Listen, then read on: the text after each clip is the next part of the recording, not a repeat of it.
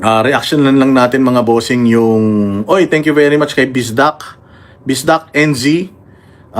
Maraming salamat. Sabi niya dito, sira ulo talaga yung anti-Claire na yan. Na crispy pata tuloy ng mura. Buti nga. Watching from New Zealand. Boss Dada, hope makavisit din kayo dito soon. Hopefully, makapunta tayo kahit saan merong Banateros at may Pilipino. Hopefully, makapunta tayo dyan. Ayan, thank you very much, Bisdak. In New Zealand. Mabuhay ka. Ayun nga. O, yan ang isa sa mga pag-uusapan natin ngayon, yung pambabastos kay Auntie Claire. Diyan sa tawag dito sa may Canada. O, pero syempre, para alam natin kung paano siya binastos, tingnan natin dito sa i-play natin kung paano siya binastos. At saka i-play din natin kung paano siya pinagmumura ng mga tao dyan at kung ano yung kanyang reaction. Okay? So ito, panoorin natin dito. Wait lang. I-play natin. I-play natin. Papakita ko sa inyo dito na lang sa aking laptop para at least alam nyo kung ano yung nangyayari. Alright? Play.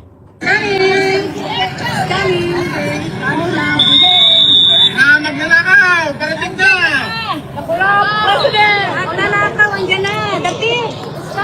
Crocodile TV is coming!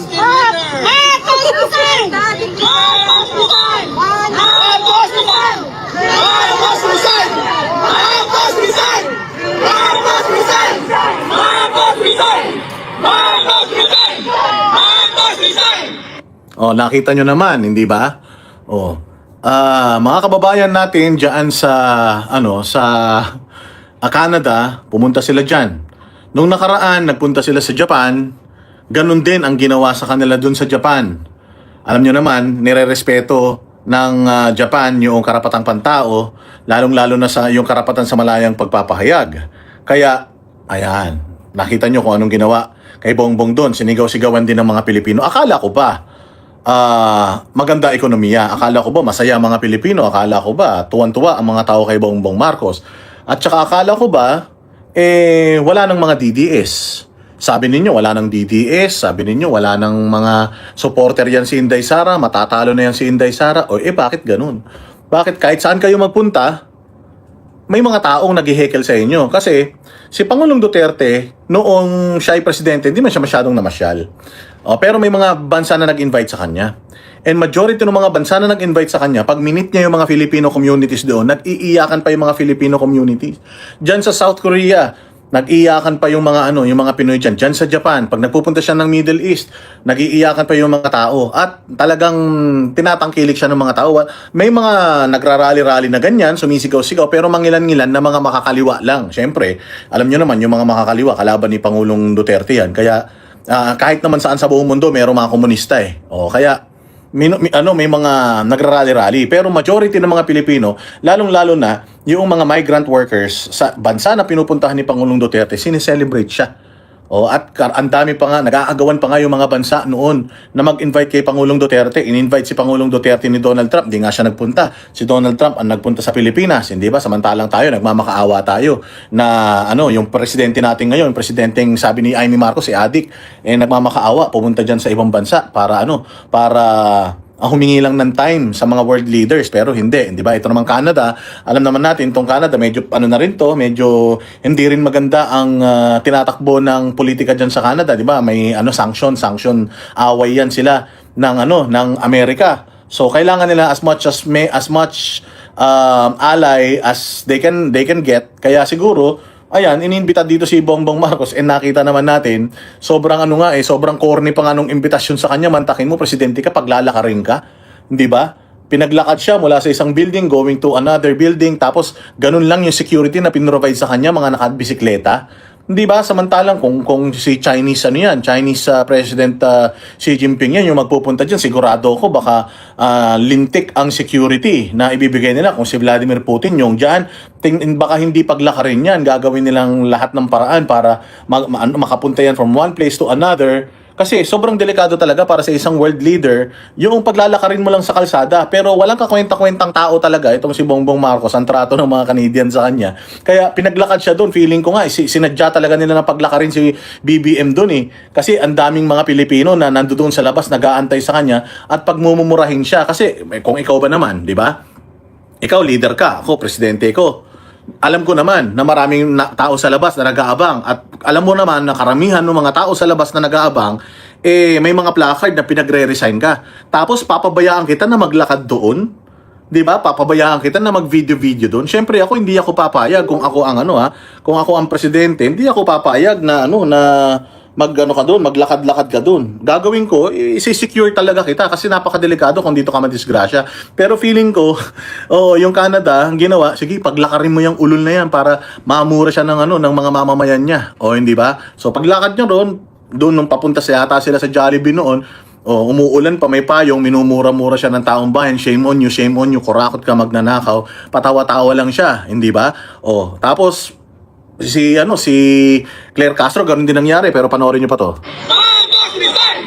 Marcos resign! Marcos resign! Marcos resign! Marcos resign! Marcos resign! Marcos resign! Marcos resign! Marcos resign! Marcos resign! Tapos sasabihin na naman nila na yung mga nagpaparesign sa kanya, mga DDS yan. DDS yan, hindi DDS yan, kung ano man yan, Pilipino yang mga yan. Hindi ba? So, ibig sabihin, kung Pilipino yan, pinagre-resign siya, Dilawan man yan, Pinklawan man yan, Duterte supporter man yan, may mga Pilipino na nagpaparesign sa kanya. More so, Pilipino abroad. Hindi ba? Pilipino abroad, pinagre-resign siya. What more, yung mga Pilipino dito sa Pilipinas? Hindi ba? Kita ninyo, si Bongbong Marcos, hindi niya ba naisip? Paglalakad ka sa ibang bansa, dito nga sa sarili mong bansa, binababoy ka ng mga Pilipino. Pumupunta siya sa mga kung saan-saan. Pumunta siya nung nakaraan dyan sa may Mindanao. Halos nagkakulani na yung tarantado, kakakaway. Nagkakulani na siya, kakakaway. Wala pa rin. Hindi pa rin siya kinakawayan pabalik ng mga tao. Hindi ba? Tapos pupunta ka dyan sa ibang bansa, maglalakad ka, feeling mo walang nakakakilala sa'yo doon. Buong mundo, alam nila kung gaano kakatarantado eh. Buong mundo, alam kung paano nyo ninakaw yung pera ng taong bayan eh. Tapos magagalit na naman sila. Ngayon, nagkakalat yung mga yung nakakahiya ito Pinoys in Vancouver warmly welcomes PBBM. Warmly welcomes. Sobrang init ng pag-welcome nila kay BBM. Tayo na parang impyerno eh. Di ba? Parang impyerno talaga yung pag-welcome nila. Mantakin mo minumura-mura nila. Shout out kay Filipino Boy sabi ni siya yung nagdala ng ng bayong. Ano pa? Blessed, maraming salamat kay Lynn _83. Thank you very much sa'yo. Ayan, nagpadala siya ng 10 AED diyan sa Dubai. Maraming salamat. Si Claire, galit na galit. Gusto manakit. Yun nga ang nakakatawa eh. 'Di ba? Gigil na gigil itong si Claire Castro na minura siya ng mga Pilipino. So eto, hindi pa tapos eh. Ano pa natin? Ipapakita pa natin sa inyo. Marcos resign! Marcos resign! Marcos resign! Marcos resign! Marcos resign! Putang ina mo, Lisa! Lisa, putang ina mo! Tinan mo, galit ng taong bayan Taga-Canada yan. Mantakin ninyo. Ang meron sa Canada TFC. Meron sa Canada na Kapuso Channel. Pero sa mga TFCN Kapuso Channel, hindi naman binabalita si Lisa Marcos. Ang binabalita naman sa mainstream media, puros mabuti sa gobyerno, puros kasinungalingan, pabor sa gobyerno, paninira sa mga Duterte. Hindi ba? Bakit yung mga Pilipino sa Canada galit kay Bongbong? Kung ang pinopropaganda ng mga dilawan at saka ng mga mainstream media, magaling si Bongbong. Ibig sabihin, yung mga nandiyan dyan sa Canada, hindi na nanonood ng mainstream media. Yung mga tao dyan sa Canada, dahil alam nila na hirap yung mga kamag-anak nila dito sa Pilipinas na mga tinutulungan nila, nakikinig na sila sa mga vloggers. Kaya napaka-importante mga boss na i-like and i-share ninyo itong ating live stream. Kasi nakakarating ito dyan sa kahit saang lupalop ng mundo. So considering na napakalaking pera ang ibinabayad di umano ng administrasyon na ito sa mainstream media, nagpo-propaganda ang mainstream media kasama ang mga dilawan at pinklawan, pero pagdating dyan sa Canada, alam nga naman yung mga nagrarally dito sa Pilipinas, pumunta pa dyan sa Canada para lang mura-murahin si Bongbong, hindi ba? Mga Pilipino nandiyan yan sa Canada at napakarami mga Pilipino dyan sa Canada, mga bossing. Napakarami mga Pilipino dyan sa Canada. And dito mo makikita kung gaano kalakas ang social media kasi yung katotohanan dito sa Pilipinas nakakarating diyan at gigil na gigil yung mga tao diyan, umabsent sila. Pumunta sila diyan para lang mura-murahin mantakin mo pati asawa si Lisa Marcos minumura. 'Di ba? Nung mga nakaraan ba, galit na galit sila kay Pangulong Duterte. Pero narinig nyo ba na yung mga galit kay Pangulong Duterte minura pati asawa niya? May narinig tayo naninira kay Kitty, may narinig tayo naninira kay Hanilet, yan si Antonio Trillanes, pero wala tayong naririnig na minumura si Hanilet. Wala tayong naririnig na minumura si Madam Zimmerman.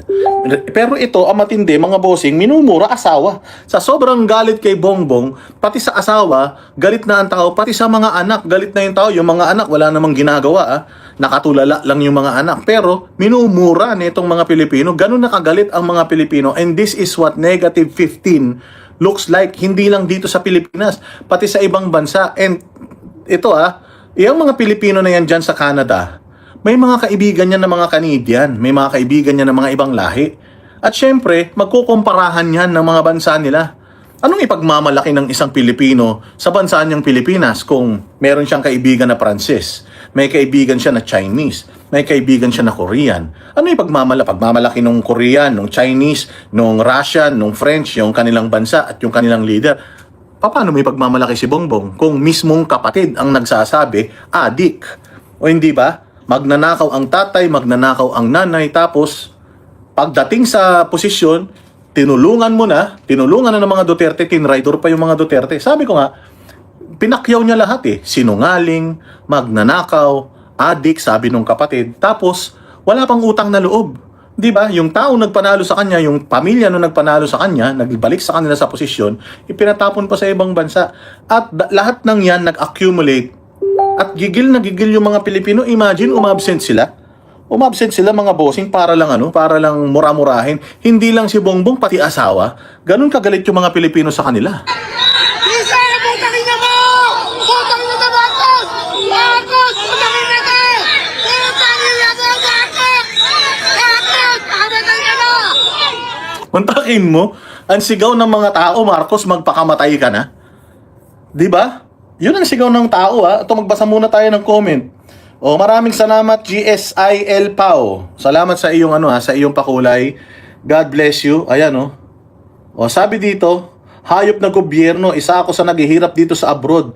Magkuskus ng kubeta, makaraos lang ang pamilya sa Pilipinas, tas kami nagbabayad ng pesteng OWA na yan. Dapat automatic na ang health insurance. Ito pa sabi, pinadideport ni Auntie Claire yung mga nambarubal sa kanila. Tangina. Yun ang nakakatawa. Binarubal ka. Tapos gusto mo pauwiin pa ng Pilipinas? Hindi, pag uwi ng Pilipinas yan, babarubalin ka ulit niyan. Tarantado ka pala Di ba? Anong klaseng utak meron ka? Pinagmumura ka doon. Dahil wala kang kapangyarihan sa Canada, putang ina mo, gusto mong pauwiin sa Pilipinas, para idemanda mo at pahirapan mo? Pukay ng ina nyo, ang sarap ng buhay niyan sa Canada. Tapos pauwiin nyo sa Pilipinas dahil lang nasaktan ang mga damdamin nyo, mga putang ina ninyo. Kung hindi kayo nagnakaw, kung hindi kayo ng abuso sa karapatang pantao, pukin ng ina ninyo, kahit saan kayo magpunta, di sana sineselebrate kayo. Tarantado kayo Hinayop nyo yung mga Pilipino Ninakawan nyo ang bayang Pilipinas Tapos ini-expect ninyo, red carpet kayo. Ini-expect ninyo na yung mga kababayan natin, mga bagong bayani, naghahatid ng remitan sa Pilipinas, bumuhay sa ekonomiya ng Pilipinas noong mga panahon na pandemic, na sarado ang lahat ng ekonomiya. Yan ang bumuhay sa atin, mga OFW. Tapos putang ina, pumunta ron, minura lang kayo, gusto nyo i-deport, pahirapan ng buhay nila, pukin ng ina nyo, ganun ba kayo ka-importante? Feeling nyo, anak kayo ng Diyos? Diba? Ganyan sila ka-sensitive, tarantado talaga hindi ba? Ano pa? Ayan ang mga napapala ng mga kurakot sa bansa, sabi ni Alicem. O, ano pa yung mga sinasabi nyo rito? Tinawag kaming mga bagong bayani pero wala man kaming nakukuha na benefits galing sa gobyerno. O yan, no? Sana may mga nanonood dito ng mga buwaka ng inang mga taga-gobyerno. Basahin ninyo yung mga comment section para makita ninyo kung ano yung mga sinasabi ng taong bayan. Maraming salamat kay Gemma Blanca dyan sa Malaysia. Ha? Thank you very much sa iyong, sa iyong pakulay. O, dapat ganyan, magpakulay kayo linggo-linggo ngayon tapos hindi kayo nagpapakulay. Minsan na nga lang ako mag-live, di pa kayo magpapakulay, kayo talaga masama ang ugali ninyo. Buti di pinautang ng Canada yan, sabi nila. O, isa lang talaga, Boss Dada, ang solusyon sa kaguluhan ng Pilipinas, people power na talaga. Hindi! Ayaw ng people power. Ang solusyon sa kaguluhan sa Pilipinas, huwag tayong magtalaga o magboto ng mga tarantadong pamilya. Huwag tayong magboto ng mga Marcos, salot yan. Huwag tayong magboto ng mga Dilawan, salot yan. Yan ang salot sa bayan nating Pilipinas. Lahat naman ng naging presidente rito galing diyan sa galing sa kampo ng mga Marcos at saka ng mga Aquino eh. Parehas naman yung political group na yan na salot sa Pilipinas eh. Ano lang ba ang politiko? Sino lang ba ang politiko na nagmahal sa Pilipinas? Nagbalik sa Pilipinas doon sa magiging proud ka bilang isang Pilipino. Duterte lang naman eh. Kaya nga ayaw nila eh na may Duterte na makabalik sa kapangyarihan. Kasi nga pag nakabalik si Duterte, di putang ina hindi na naman sila makakapagnakaw, hindi naman sila makakapag-drugs, hindi na naman sila makakapangbabae, yung mga hayop na mga nasa gobyerno, hindi ba? Lahat ng ginawang pagbabago ni Tatay Digong kabaliktaran ng ginawa ng bangag, sabi ni Aloha Si. Kaya sa totoo lang gusto ko nang umuwi sa Pilipinas para magpahinga. Pipiliin mo na lang mag-extend kasi walang mapapala mga OFW pag uwi. Yan ang sabi ni Avillan. Ano pa, mga inosente, tahimik, magiging kriminal sa ginagawa nila. Ayan, although English yung lumalabas yan sa chat, pero pag nilagay mo yung mouse mo dun sa chat, nagiging Tagalog eh. Kaya ganun ang ginagawa ko. The worst thing Bangag can do against the OFWs is ipa-cancel lahat ng passport nila para ma-deport tapos paglapag sa Pilipinas arestuhin. Ganun nga yung gusto nilang mangyari. Tangina ng mga yan. Hindi ba? Politiko kayo. Pasahurin kayo ng taong bayan. Di ba? Pinapasahod kayo. Pati yung pamamasyal nyo dyan, mga buwaka ng ina ninyo, galing yan sa pera ng taong bayan. Galing yan sa buwis ng taong bayan. Tapos, sinigawan lang kayo. Minura kayo. Ba't naman kayo mumurahin? Di ba? Ba't kayo mumurahin? Thank you very much sa pag-member kay Catherine. Kay Catherine, thank you very much. Bakit naman kayo mumurahin? Unang-una sa lahat kung matino ang trabahong ginagawa ninyo. Kung gumawa kayo ng kahayupan sa kapwa ninyo, natural, pag mumurahin kayo ng taong bayan.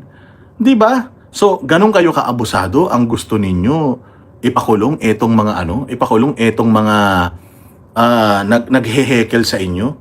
Gago pala kayo eh. Ang sarap ng buhay niya mga yan sa Canada. Putangin na ninyo. Pinuntahan nyo sila. Nakipag-meet kayo sa mga Filipino community. Tapos hindi nyo kayang tanggapin yung mga pinagsasabi nila. Thank you very much kay Gina Ray ha. Naku, talaga ito si Gina Ray.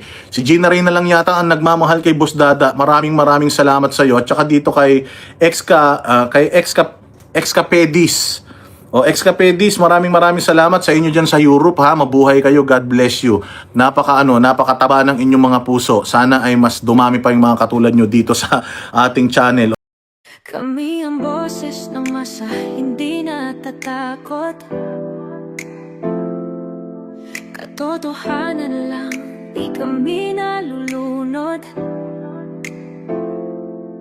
Walang bahid ng sismis, lahat ay totoo.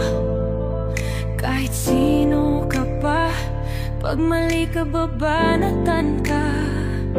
Walang pinipili kulay, wala kaming kinikilingan. Basta para sa bayan, kami lalaban.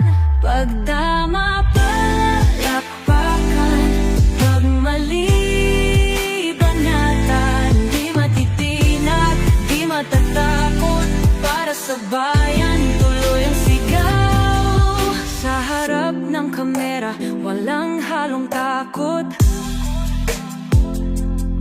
Mga baluktot, lahat kayo'y tutumba. Ang hustisya at totoo, yun lang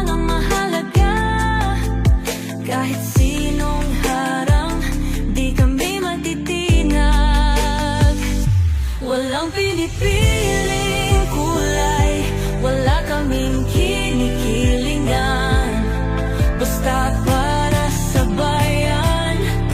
Kami lalaban.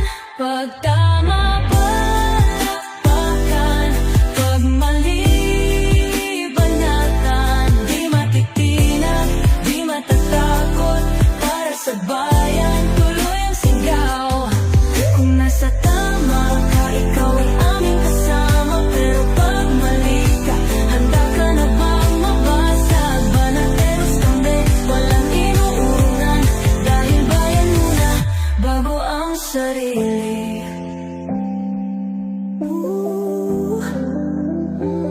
Bago ang sarili.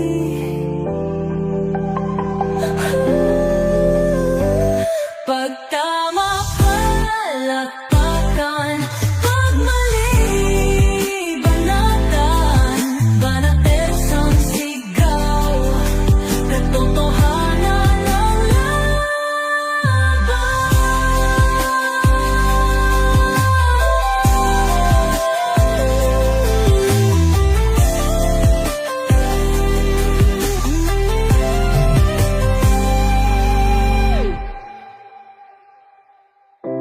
Sa